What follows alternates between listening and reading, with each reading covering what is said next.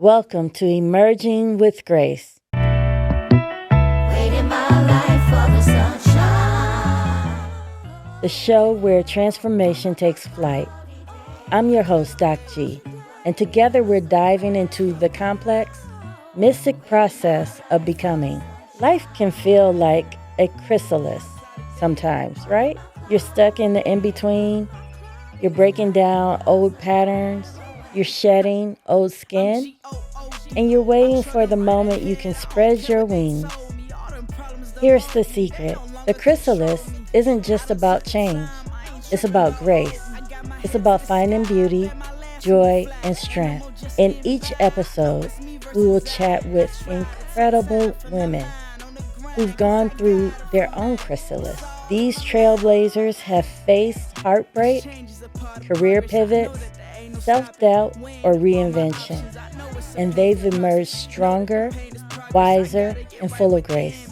You'll hear their raw stories, powerful lessons, and how they turned the in-between into a catalyst for prominence. Who is this show for? It's for you, the dreamer, the doer, the woman in the thick of transition, wondering how to navigate your own chrysalis. What will we talk about? Everything, from self-discovery and guidance to grief, loss, and the power of love. When will you get this? Every 2 weeks, we're here to inspire your mornings, boost your afternoons, and bring peace during late night reflections. Why? Because no matter where you are on your journey, you deserve to know you're not alone and that grace is waiting for you on the other side. So get your tea or your coffee, your journal, your favorite cozy spot, and let's dive into stories of transformation, resilience, and the unrelenting power of grace. Let's spread those wings together, my friends. It's time to transform with Emerging with Grace. And now let's meet today's guest, who's ready to inspire you. Waiting my life for the sunshine. Hello. Today, our guest is someone near and dear. Some of the stories stop you in your tracks. They remind you that behind every title, every achievement, and every polished introduction, there is a human being, one who has known loss, love, and the grace it takes to rise again. Today's guest, Dr. Ty Stone, is one of those people. A seasoned higher education leader, strategist, and visionary, Dr. Stone has spent decades transforming institutions, turning deficits into stability, and rebuilding trust and creating spaces where equity and growth can thrive. But beyond her professional brilliance lies a story of extraordinary strength.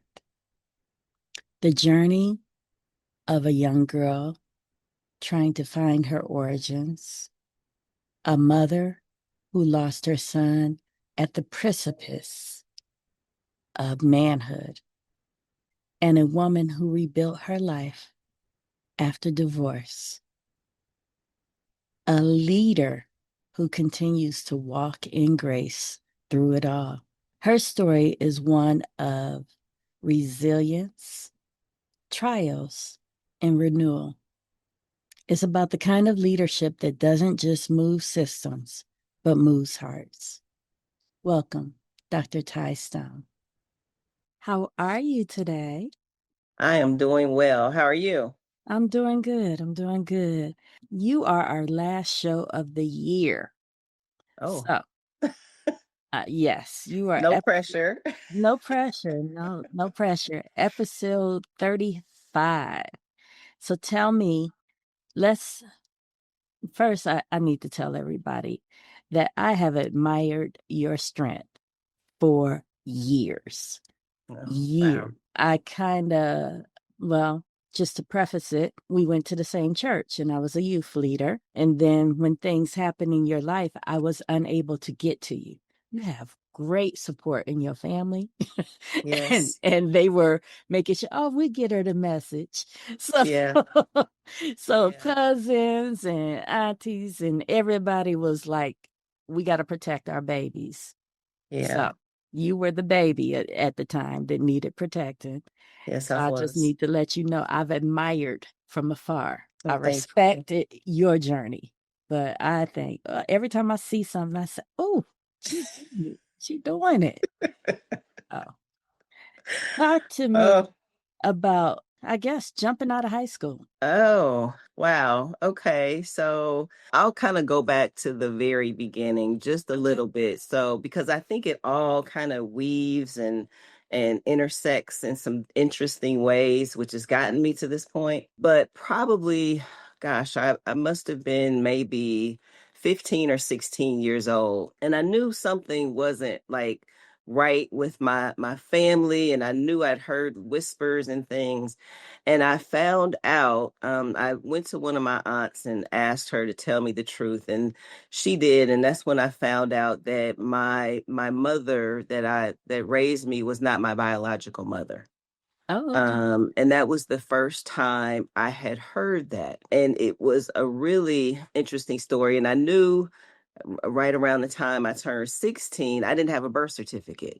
So I had to actually go to the church to get a baptismal record. If you remember when they did those back in the Yeah, day, to prove my age so I could get my driver's license, which I don't even think you can do that anymore I because don't of think how so. stringent, things are. But it was a really interesting story. And the reason why I bring this up is because when I think about what we're going to talk about, I often get back to the point like, what am I here to do? And it must be something because even at that, when I was a baby, my father gave me to my mother. There was not any type of formalized adoption process.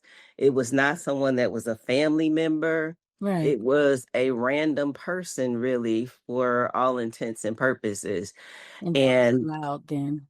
and it was allowed then, Mhm. right? And I tell you, I thank God it happened that way because my parents that raised me were just phenomenal people who really showed me what it means to be selfless and love somebody that you don't even have to. I mean, they chose to do that. And I think that's the foundation of where all of the things that have come through and into my life have come from is through them.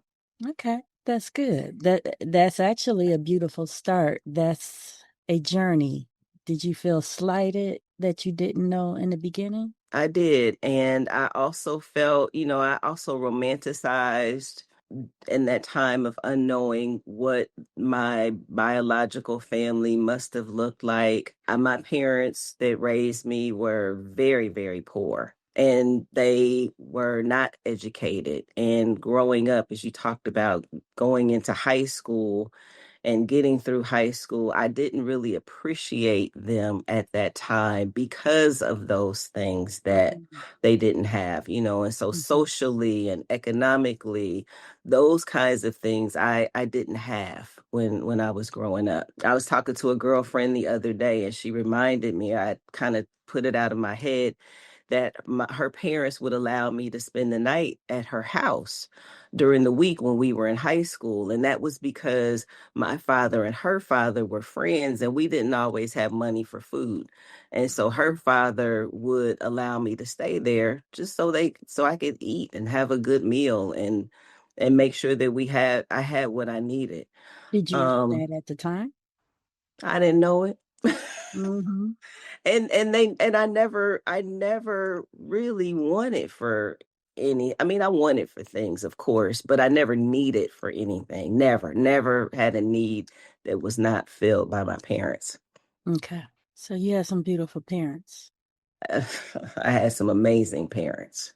Fantastic. So you found this out and you were college bound or Well, yes. So I graduated from high school top 15% because the last years I kind of, did what seniors do and didn't do my work. So top 15%, I graduated, went on to Wright State University, and I was there for one semester and I was not successful.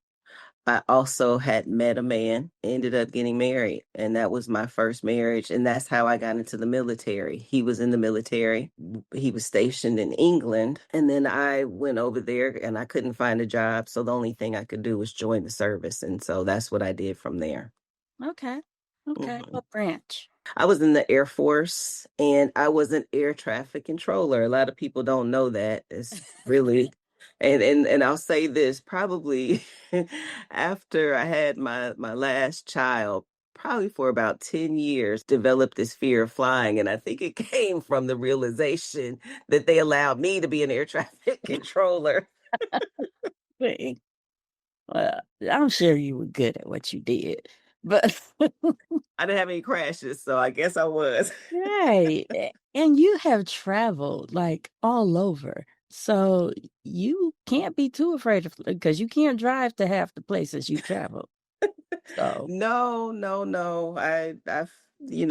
Later on in my life, I got myself together and now I get on a plane with not even really a thought around it.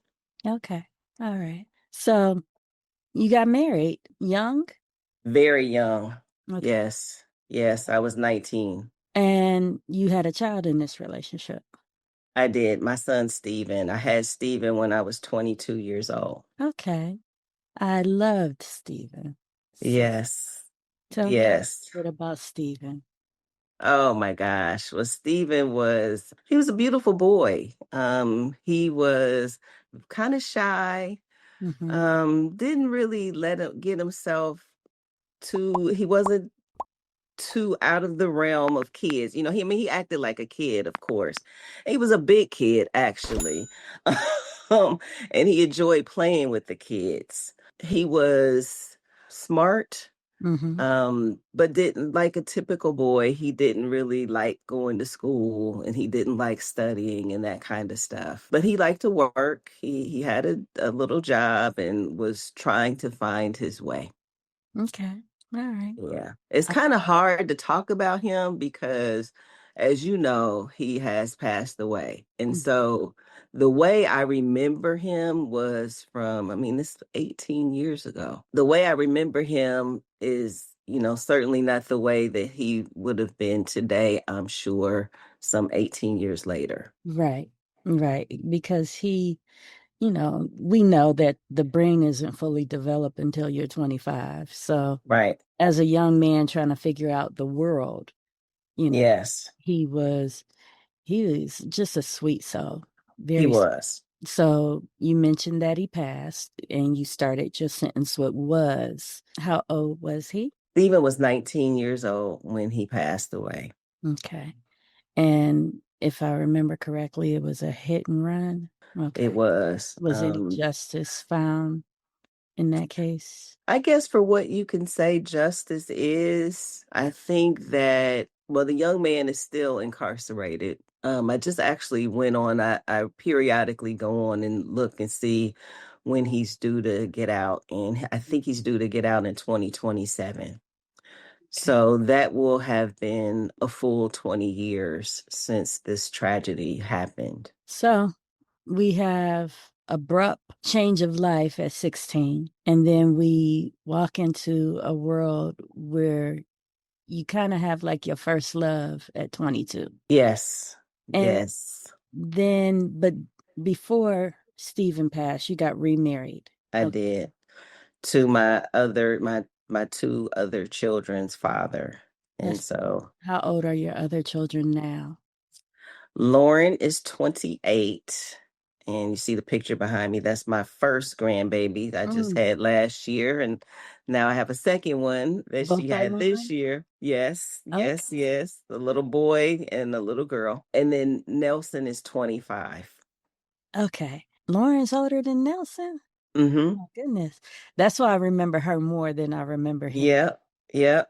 She had the biggest eyes and a huge smile, and she always, oh, the voice, Yep. she She pulls still has that little voice. you. I love your children. I love your children. So, but sadly, I was leaving my youth position or a youth director position with when Lauren was coming up. Yeah. So she knew me, but she didn't know me like Stephen had known me. Yes. So I got hugs, but Yeah. I don't know if she would remember me today. Tell me about, well, before we get into the grandbabies, after Stephen died, Yeah. how did you handle everything? Wow. Okay. So that I think was, I don't know how I handled it. That's what I will attribute to grace.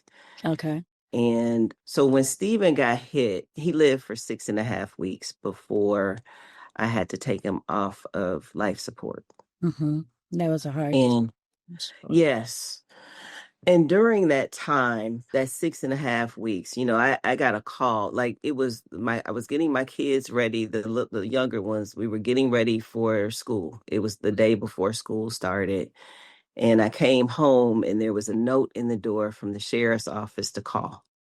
And when I called, that's when I found out that there was an accident. And that was the first iteration of understanding what was going on. Mm-hmm. And then I called my doctor because it was so much stress and anxiety that they put me on some medication. They put me on an anti-anxiety medication and they put me on antidepressant. And so I remember feeling flat in many instances and passing out sometimes because I was over medicating during that Mm-hmm. time.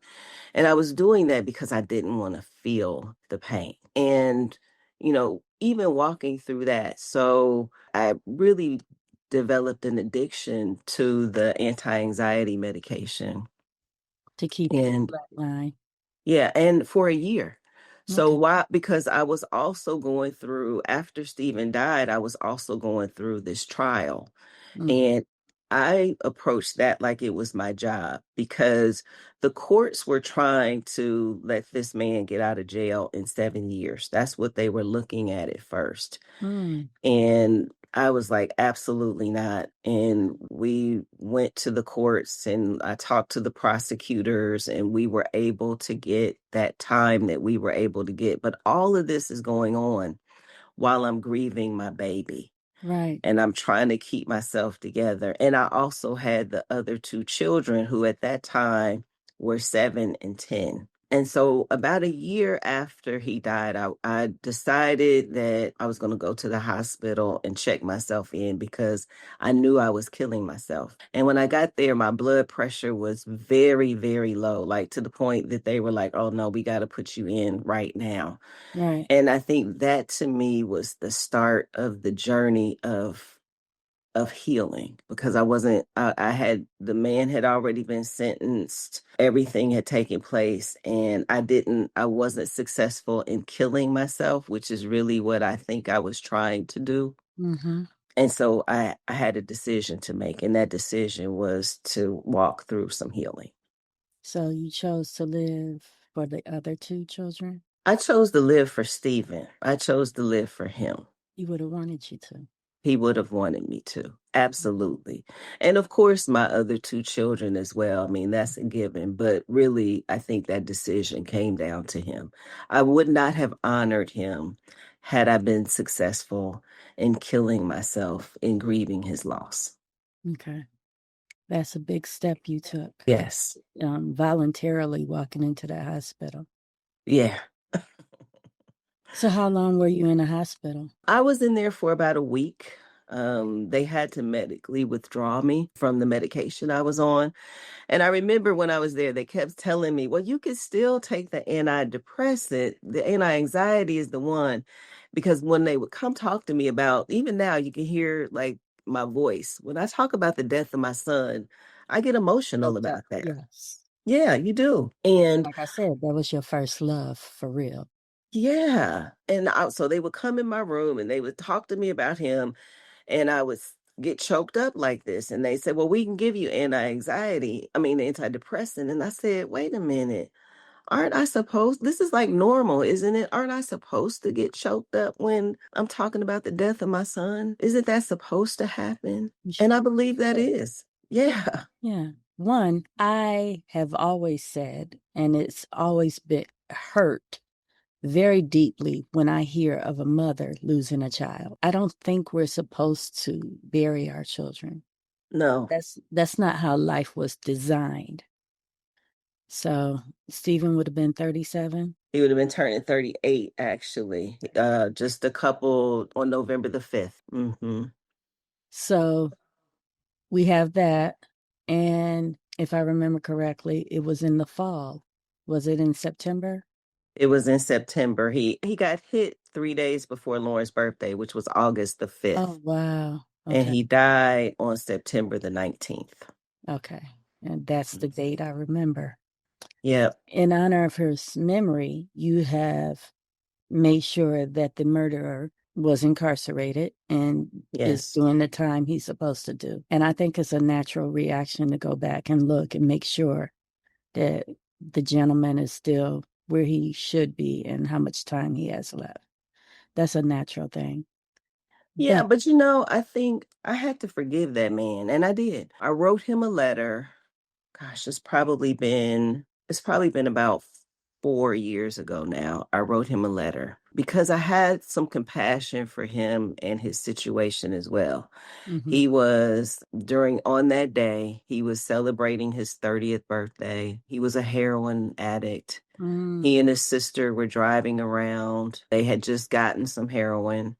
They had done it there was a Speedway gas station in Trotwood that they stopped there and injected. And then they were driving home and they missed their turn. And so in coming back around, that's why they were on the street and, under the influence, and they hit him and they kept going. But in that time, his sister had 3 children and he had 3 children. oh, wow. And all of those, and I think about a year after the accident, his sister ended up dying. He's incarcerated. And so that's 6 children, Yeah. 6 children without their parents for something that is just as tragic to their family as it is to me. The only Right. difference is I didn't make any of those decisions. But it's not like I couldn't have. Like, if I'm being 100% honest, as I look at even that time that I struggled with the medication that the doctors had me on, I certainly could have done the same thing, but for Different his reason. grace, I didn't, Right. you know? I think the healing actually started when you wrote that letter. I think the healing has been a journey for me for a while. I tell people, like, once I decided to get off of that medication, I felt like, you ever seen like on the news when you see a tornado going through a neighborhood or something and the houses are just like torn up completely? Mm-hmm. That's what I felt like my life was like. And I felt like after that, I was out in the field, taking those little pieces one by one and And trying putting them to together, but really looking at what I wanted to keep and what I didn't want to have anymore. And mm, so that was really, to me, I think, the rebuilding of what had already been there for me from the beginning, but had been dormant. It's kind of crazy that I say this, but the death of my son made me a much better person. Now, I certainly would have opted to not be such a great person. or keeping but him. I right. understand. Mm-hmm. But I understand in that, when during that time you go through everything. I remember reading the book of Job and getting mad about that because I'm like, I don't want extra, I want what I had. But Mm-hmm. now all of that comes to mind and I think about it, and it's like I had to give something that was dear to me, and the only way I could honor him was to be something better for the other ones that I have. So that's what I try to do. Okay. So let's go and talk back about the other ones. Well, let me ask you, you're in your second marriage and I'm in my third marriage now, but oh, okay. Okay. In your second marriage, did the medicine and the grief take a yeah, toll on the relationship? absolutely. Okay. Absolutely. And just the profound loss and having to deal with, years being, for years I think we were on or around that day. So even years later, we were stuck in time there. And then when time moved, and when I started healing, I became different. He became different, and we weren't becoming different with each other. And so it was hard for us to bring things back together. Gotcha. So how did your kids take the separation? I think they've taken it very well. We didn't separate until both of them had graduated from high school. And I think for both of us, what they see now is we each have mates that really more align to who we are now. And they're happy about that. And they're happy that we're happy. That you're So happy. Right. yeah. Because I'm sure if you sit back and think about it, Lauren's very in tune. Yeah. So I know she recognized some things, even if she didn't say anything. Yeah. Wonder what's going on here. So, Yeah, I think both of them did. And yeah, like I said, I think they are in a really good space now. Lauren, her husband is phenomenal. And I think they're starting to see while we didn't always model those healthy relationships, we were able to have conversations about them. And I think she understands. And so does my son, what works and what doesn't work. And mhm. we're not perfect people, and they aren't either, but they've learned Nobody. a lot. Right, they've learned a lot from our experiences, good and bad. Is Nelson married? Nelson is not married. No, Okay. he's got a long-term 25. girlfriend. Yeah. He got time. Yeah, that's what I tell him, he got time, but he's got a long-term girlfriend, and they are doing really well. So Fantastic. yeah. So let me go back. The kids are grown. You were working at Sinclair Community Yes. College. Yeah. And where'd you go from there? So I left Sinclair and I went to Jefferson Community College in Watertown, New York. Now that was a big jump. That was a big jump. And Watertown, for people who don't know where it is, it's like 30 miles from the Canadian border. So, you were talking about you were in the middle of nowhere. I was in the middle of nowhere, but isolated. So nobody's coming up there for any reason except they're coming up there. Okay. Ain't nobody coming through, ain't nobody coming near, ain't nobody coming around. It it was isolated. I was north of Syracuse, way, way, way upstate New York, in a very, very, very rural community. Did you love it? I did. What I didn't love though was the isolation, and it was very cold. We'd get 100 inches, right? We get 100 inches of snow on average a year up there. But initially, I loved the way of life. I love the slow, I love the insular community that they have. But it also started feeling a little interesting as we went through COVID. And I think for me, getting through COVID is when I said, just like we see in this country, the environment is changing up here, and it's not changing to be more friendly to people like me. So that's why I left. Okay. Now, at this point, were you still romanticizing what it would have been like had you had your other parents? Well, here's the thing. So when I went up to Jefferson, that was my first time. So I left Sinclair as a vice president. Mm-hmm. And the crazy part about it is I never wanted to be an administrator at all. I wanted to teach, and I didn't even want to teach. So my story is crazy even with that part. So I got into higher education because I wanted to improve my public speaking skills. I hated to speak in public. And so I went to Central State and I became a faculty member, and I loved it, loved it. But then I lost Stephen, and that was when my life kind of turned upside down, and then things happened. Then a few years later, I went to Sinclair, finished my doctorate degree, and I was like, I want to go back to teaching. Well, that's not what the president had in mind. He wanted me to be a vice president. So that's how I jumped into leadership and administration, and then got to the presidency. Okay. So I think it was one of my first speeches. So there was an army base up there in Watertown. And no, it wasn't for Veterans Day. It was for Black History Month. They asked me to be keynote speaker at one of their events. And so I said, sure. So I was talking about how race matters. And I Mhm. was talking about it from the perspective that I just told you about into my existence. What I knew is that my mother was white and my father was black, and that they had me and they had to give me to someone else. And I talked about how race mattered. Well, interestingly, after that session, I had taken an ancestry years ago. And so after that session, I went to my house and I said, I just let me look at ancestry and see if there's any hits that have come up that have been closer than fourth and fifth generation, which is what I had previously seen. Mhm. And they had. And it was a white man and it was a black man. And both of them, it said very close, either sibling or first cousin. So I reached out to both of them, and both of them were my brothers. Oh, wow. Yes. Okay. Yes.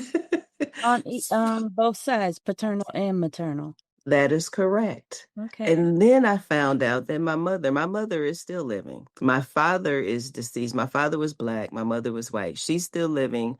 He is deceased. But I've met now my siblings. I've met my mother. I've met my extended family. So again, I know it sounds like a crazy journey. Um, And but adoption is one of those things that once you toss it in, it mixes up everything.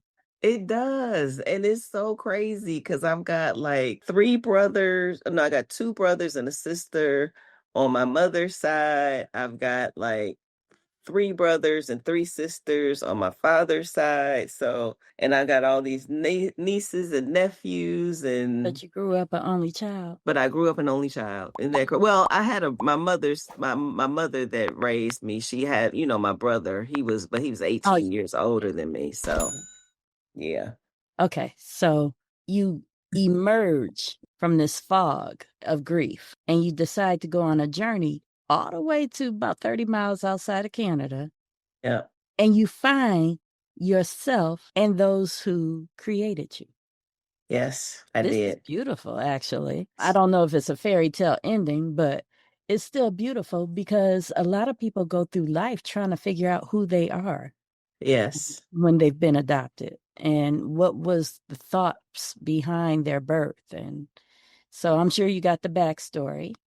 Yes, I did. I did. And I think for me, the beauty of it is by the time I'm glad, sometimes you wish that things had happened earlier, but I'm glad it didn't because by the time I found out these things, I have gotten to a maturity level to be able to really recognize all of the wonderful blessings that I had in the fact that the parents that raised me were the parents that I had. My siblings some of them have done really decent in their careers. Some of them have done really decent in their careers, but none of them have been a college president. None of them have had the kind of life that I've had. And I'm grateful for that life. I'm grateful for what none of them have doctorate degrees. And I'm not comparing to say that I'm better in any way, but what I'm saying You had a is village. I had that village around me and it was the Mhm. right kind of support to allow me to make mistakes and to stop and to start and to keep going and to always have excellence as my expectation. I Right. tell people my mother hung a star for me to reach toward. And I do that whether she's here or not, Mm-hmm. always reaching for that star. Fantastic. That's beautiful. But after COVID, you left New York I did. and you went. I went to Tennessee. I went to Tennessee. And so, again, in a very rural community in East Tennessee, I have found that I really liked the rural way of life. And this was great because, I'm from Dayton and a lot of people drive from Dayton down to Atlanta. And my school was like right off the highway off of 75 South. So 2 hours before you get to Atlanta from Dayton, that's where I lived. So it was a great location for me. I had people stop by. I felt like I was more where I needed to be. But at that school, first of all, the school in Watertown, I was the first Black person to be a president. In Tennessee, I was the first Black person and the first woman to be a president at the school. Mm. And with the decisions that I had to make because of the college's financial position and the things that were going on, I think they weren't ready for me. And so I decided that instead of, there was a lot of culture stuff, there was a lot of targeting, there's a lot of racism that was going on there. I mean, you could imagine Tennessee. Mm-hmm. And so I decided that I didn't, I was like, I don't want to do this anymore. So after a year, I decided to leave. And now I'm on to my next journey, which is the things that I'm doing now. Try to retire, but it ain't working. You said that, and I was so. Let me back up. I knew the teens more than I knew the parents because Yeah. that's what I loved. I loved me, Yep. I remember. the youth. But so I knew Stephen, and you were his mom. But you were such a quiet, I say, demure type of person. Yep. And then I see you here and I see you there, and I'm like, what is she doing? This doesn't seem like the person I knew, you know. But again, you were Stephen's mom. Yeah. You were Lauren's mom. You weren't, I didn't see Dr. Stone. I didn't see Ty. I knew you worked at Sinclair. Yep. But in my mind, and truthfully, in my mind, you and your second husband seem to be a very good power couple Yeah. on paper, Yeah. in the news, and wherever, in the church. You were Yeah. a power couple. And I looked at you as probably a supporting wife as part of that couple. But now I look at you as this dynamic female doing her thing. Like you have blossomed. Well, thank you. And again, it is beyond me. Like I sometimes think I there was none of this I planned. I didn't get my first degree until I was 38 years old. I flunked out of 5 colleges. I got my master's, and then I took a while for my doctorate degree because I lost Stephen in there, and I was trying not to have to write the dissertation. Mm, And I'm like, I don't even know how I got here. I don't know how I got here. divine intervention. You were supposed to be here. Which is why I started this conversation about how I came into the existence that I know with the people who raised me. Like, Mhm. I don't know, and even now, I'm like, I don't know what I'm supposed to do, but I know it's not over Not because by, it by keeps, a far reach. yeah, opportunities keep coming up, and it's crazy. But now you got grandbabies. I Tell me do. about those grandbabies. Ooh. Ooh, I just love them. So my little grandbaby, my grandson, his name is Noah, and he's a little bit over a year old. And then Arya came the same September, so they're both born in September. He's Now, born on who's the in the picture 10th. behind us? Is that Aria? That's Noah. Arya is over on the other side. So I got Okay. each of them, and I'm holding them in the hospital in both pictures. She was born on September the 29th. So she was born 19 days, a year and 19 days after Noah. Okay. It just really, this is what life is supposed to be like. This is what This is peace that feels love. like. Yes. Right. This is what Yes. peace feels like. This is what, having, hopefully getting to a place in your life. I just turned 60 years old, where a well-lived life is about having family and babies and people that love you and you love them, and Mhm. fixing food for them and feeding them and just Mhm. all that kind of stuff. So it might sound boring to some people, but that's where I'm at right Mhm. now.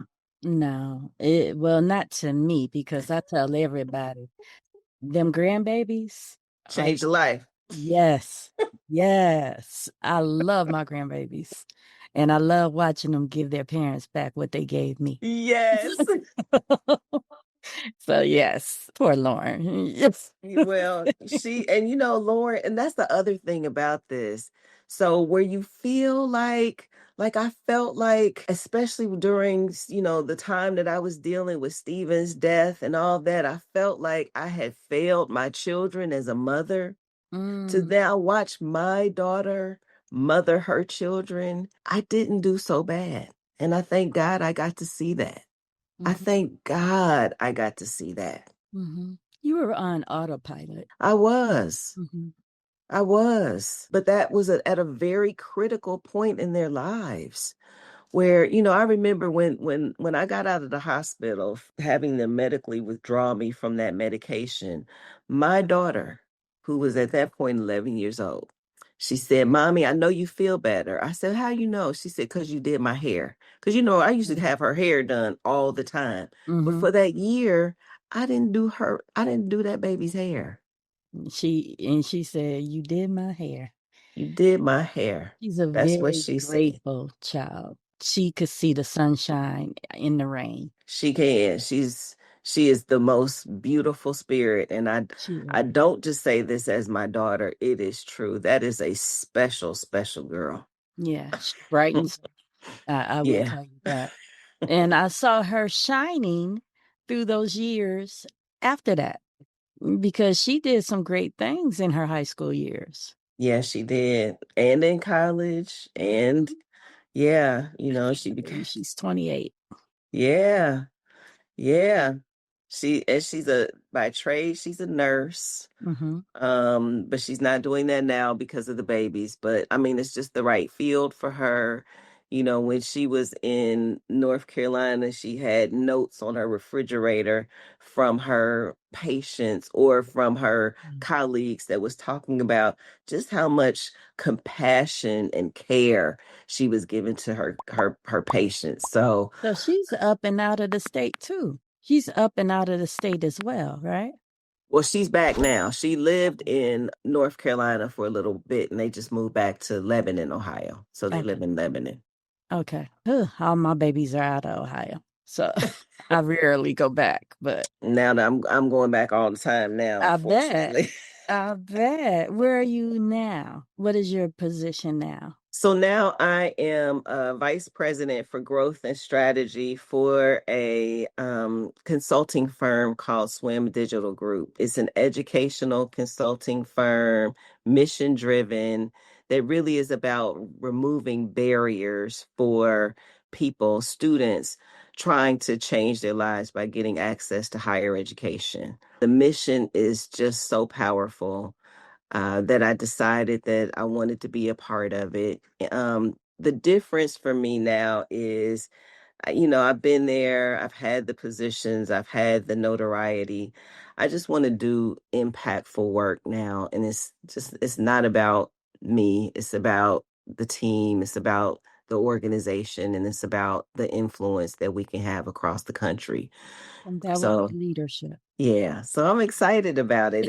It really I'm really excited. And I think it's the right time, and it also gives me I don't have all the pressure. Like the college presidency was pressure every day. I still have certainly pressure from just trying to keep up with the technology because again, I said I'm old. Um, but it's not the pressure of the political and the all the other things that are going on in higher education today. Well, you don't look like what you've been through. So I Thank say God. you're seasoned, not old, seasoned. Well, thank God for that. Yes. Yes.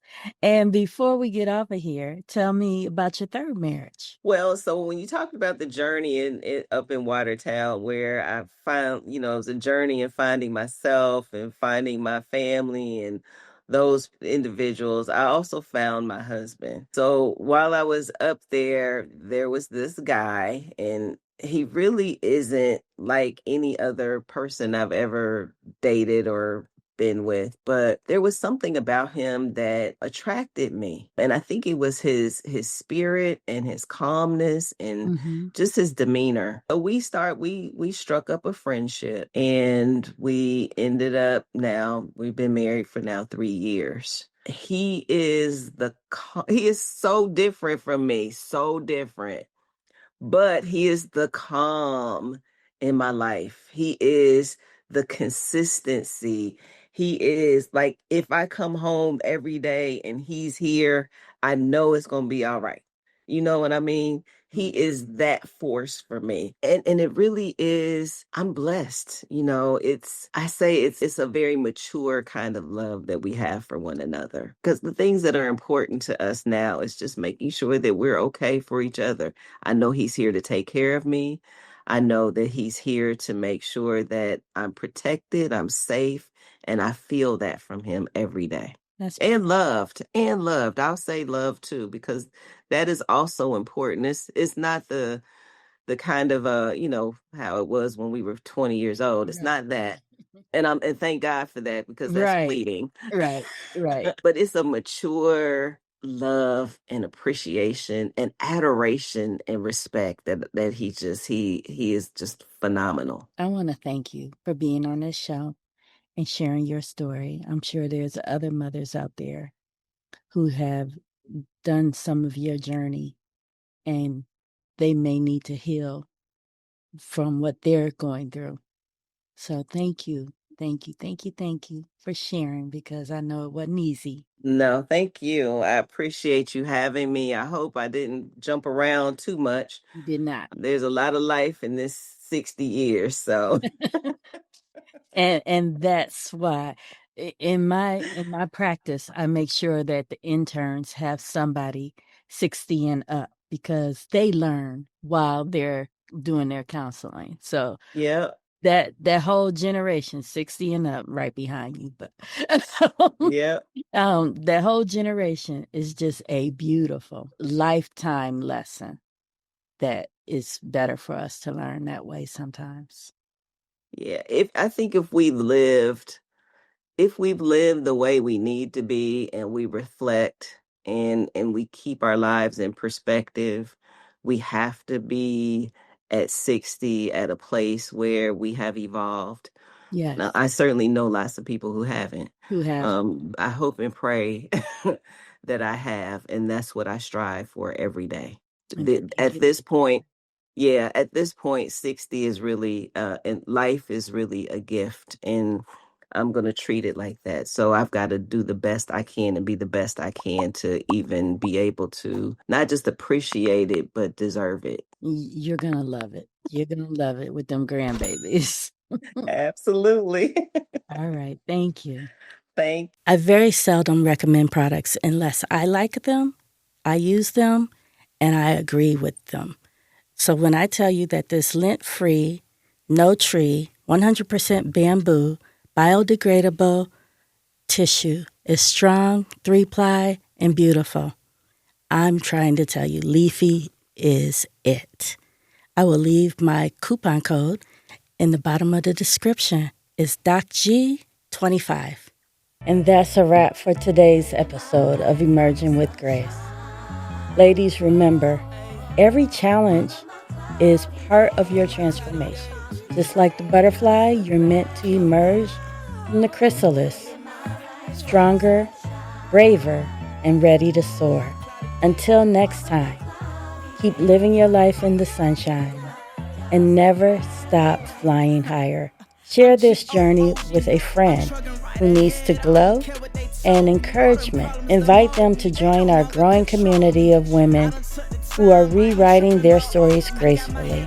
I'll see you back here in 2 weeks for more inspiration, powerful narratives, and tools to help you shine brighter than ever before.